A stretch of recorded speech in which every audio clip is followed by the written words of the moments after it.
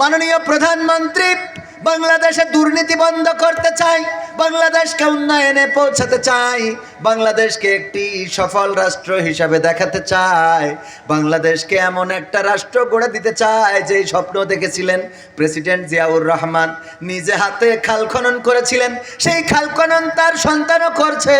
ও আমার ভাইরা, যদি সেই বাংলাদেশ দেখতে হয় তাইলে ওই ৭২-এর সংবিধান দিয়ে হবে না, মানবরচিত কোনো সংবিধান দিয়ে হবে না। জমিন যার, আইনটা যদি তার হয়ে যায় তবেই শুধুমাত্র দেশে শান্তি আসবে। বলেন ঠিক কিনা? চায়ের দোকানে বসে আছেন, ইচ্ছায় হোক অনিচ্ছায় হোক খবর দেখার জন্য বসেছেন, যে খবরটা পড়ছিল এইটাও মেয়ে, ঠিক না বেঠিক? আবার খবরের মাঝখানে অ্যাডভাইস আছে না নাই? এমন এমন অ্যাডভাইস যেগুলো দেখলে মাঝে মাঝে উজু নষ্ট হয়ে যায়। সত্য বলছি না মিথ্যা বলছি? ফেসবুক স্ক্রল করতেছেন, ফেসবুক চালাচ্ছেন, এমন এমন কোন ভিডিও, এমন এমন কোন ছবি চলে আসে যেগুলো উজু নষ্ট হওয়ার কারণ। সত্য বলছি না মিথ্যা বলছি? তার মানে আপনি চাইলেও অপরাধ হয়, না চাইলেও হয়। আমল নামায় ফেরেশতা লেখেন, এই লেখাগুলো পরকালের ময়দানে সবগুলো প্রকাশ হয়ে যাবে। ওগো আমার ভাইয়েরা, গুনার খাতাটা যতই থাকুক না কেন, আজকের এই মাহফিলটা এটাও আমলের খাতায় থেকে যাবে। পরকালের ময়দানে আল্লাহ রাব্বুল আলামিন যখন খাতাটা পড়তে বলবেন, আজকের এই তারিখে যখন এই মাহফিলটা পাবেন, রবকে যদি বলার সুযোগ পান, ওগো আল্লাহ তুমি দেখো আমি এমন একটা মাহফিলে গরমের মধ্যেও বসেছিলাম, আমার আল্লাহ রাব্বুল আলামিন এত দয়া তার, এত মায়া তার, তিনি যদি চান এই মাহফিলকে ওসিলা করে আপনার জীবন জিন্দেগির গুনাহ মাফ করে দিতে পারে। বলেন সুবহানাল্লাহ। আল্লাহ যাকে চান তাকে ক্ষমা করেন, আর যাকে চান তাকে মুসিবতে ফেলে দেন। ওই ১০০ জন খুনির কথা আপনাদের কি মনে আছে? বনি ইসরাইলদের একজন ব্যক্তি ৯৯ জন খুন করলো। কয়জন?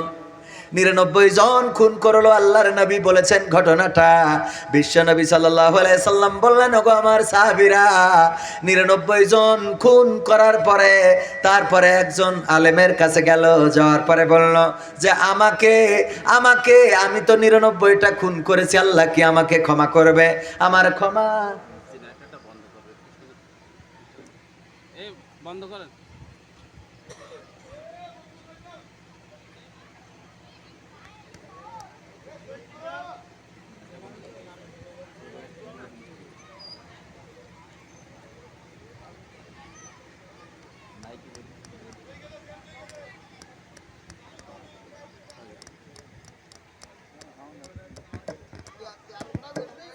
বলেন আলহামদুলিল্লাহ। কষ্ট হচ্ছে আপনাদের? কষ্ট হচ্ছে, কিন্তু তারপরেও আপনারা শেষ পর্যন্ত আর ১০-১৫ মিনিট থাকতে রাজি আছেন কারা কারা? একটু হাত দেখতে চাই। লিল্লাহি তাকবীর, নারায়ে তাকবীর, আল কোরআনের আলো, আল হাদিসের আলো, আমার নেতা তোমার নেতা, নারায়ে তাকবীর। ওগো আমার ভাইরা, ওই ১০০ জন খুনির কথা ১০০ জন খুন করার কথা বলছিলাম। ৯৯ জন খুন করার পরে একজন আলেমের কাছে গেলেন, যাওয়ার পরে বললেন আমার গুনাহ কি আল্লাহ ক্ষমা করবেন?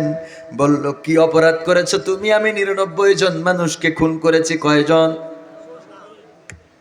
বলল না তোমার গুনাহ ক্ষমা হবে না, ৯৯ জনকে খুন করেছো, কেমনে তোমার গুনাহ ক্ষমা হয়? লোকটি এটা শোনার পরে ওই লোকটাকেও খুন করে ফেললো। হয়ে গেল কয়জন? ১০০ জন। তারপরে তিনি আবার আরেকজনের কাছে গেলেন, যে বললেন আমি গুনাহ করেছি, ১০০ জন খুন করেছি, আল্লাহ রাব্বুল আলামিন ক্ষমা করবেন কিনা? লোকটি বলল আমাদের গুনাহ যত বড়, আল্লাহ রাব্বুল আলামিনের দয়া তার চেয়েও বড়। সুবহানাল্লাহ। আমাদের গুনাহ যত বড়, দয়া বড় কার? যখন শয়তান বলল আল্লাহ তুমি আমাকে ক্ষমতা দাও,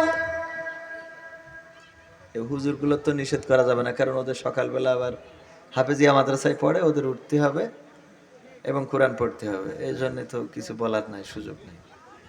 কষ্ট হচ্ছে আপনাদের? মনে হচ্ছে। ও আমার ভাইরা, শয়তান বলল আমাকে ৩টা শক্তি দিতে হবে। ১ নম্বর হলো আমি প্রতিটা মানুষের রন্ধ্রে রন্ধ্রে প্রবেশ করব, প্রতিটা মানুষের রক্তে সঞ্চালন করব, আমি তার নফসের মধ্যে ঢুকে ধোঁকা দেব, এই ক্ষমতা আমাকে দিতে হবে। আল্লাহ বললেন দিলাম। তারপরে আমাকে ক্ষমতা দিতে হবে, আমি সবাইরে দেখব, কিন্তু আমারে কেউ দেখবে, আমার কেউ দেখতে পারবে না। বলল দিলাম। এরপরে বলল আমার 3 নম্বর ক্ষমতা যেটা দিতে হবে, যতদিন কিয়ামত হবে না ততদিন পর্যন্ত আমার মৃত্যুও দেওয়া যাবে, আমাকে হায়াত দিতে হবে কিয়ামত পর্যন্ত। আল্লাহ রাব্বুল আলামিন বললেন শয়তান আমি সেটাও তোকে দিলাম। শয়তানের 3টা ক্ষমতা দিলেন কি?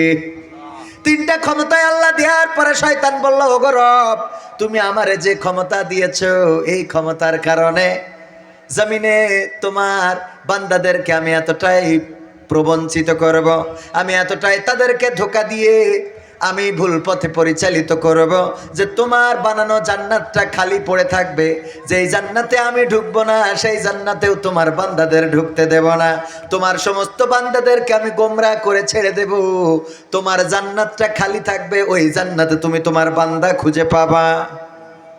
কথা কয় না।